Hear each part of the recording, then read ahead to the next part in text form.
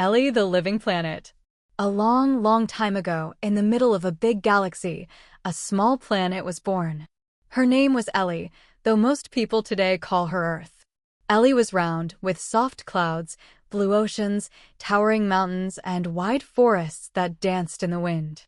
She had deserts that shimmered with heat, icy poles where snow never melted, and rivers that flowed like silver ribbons across her skin. But the most amazing thing about Ellie was that she was alive, not just with rocks and water, but with life. Over millions of years, tiny creatures grew and changed. They became fish that swam in her seas, birds that flew in her skies, and animals that walked across her lands. And one day, a new kind of creature appeared, small, clever, and curious. They were called humans. At first, there were only a few. They lived close to nature, gathering berries, fishing in rivers, and telling stories under the stars. Ellie watched them grow, and she felt proud. She gave them everything they needed: clean air to breathe, fresh water to drink, and food to eat. As time went on, the humans built villages, then cities, then huge roads that stretched across her land. They built machines and lights, flew through the skies, and even reached up to visit her neighbor, the moon. Ellie was amazed. "They're so smart," she thought.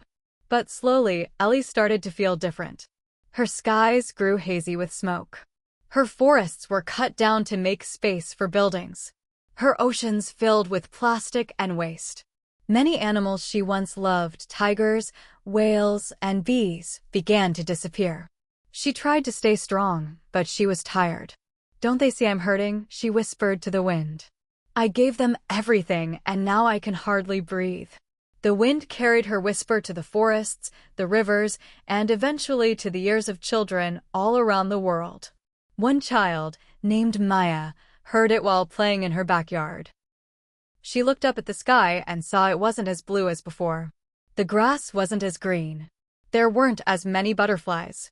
That night, Maya sat with her parents and said, "I think the earth is asking for help." At first, they smiled. But then they listened. Really listened.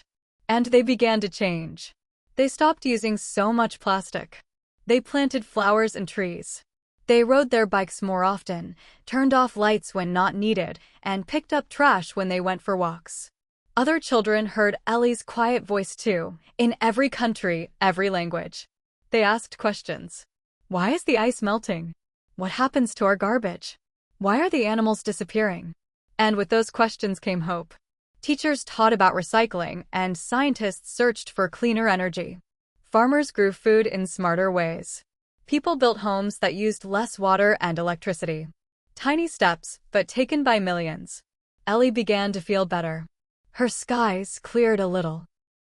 Her seas sparkled more. Trees grew tall again, and animals returned to places they had once. She wasn't perfect. There was still work to do. But she had something powerful now: helpers. Not just scientists and leaders, but children. Ordinary kids who cared. Ellie smiled, her oceans shimmering in the sunlight. And she whispered, "Thank you. Together, we can keep this home beautiful for all who live here."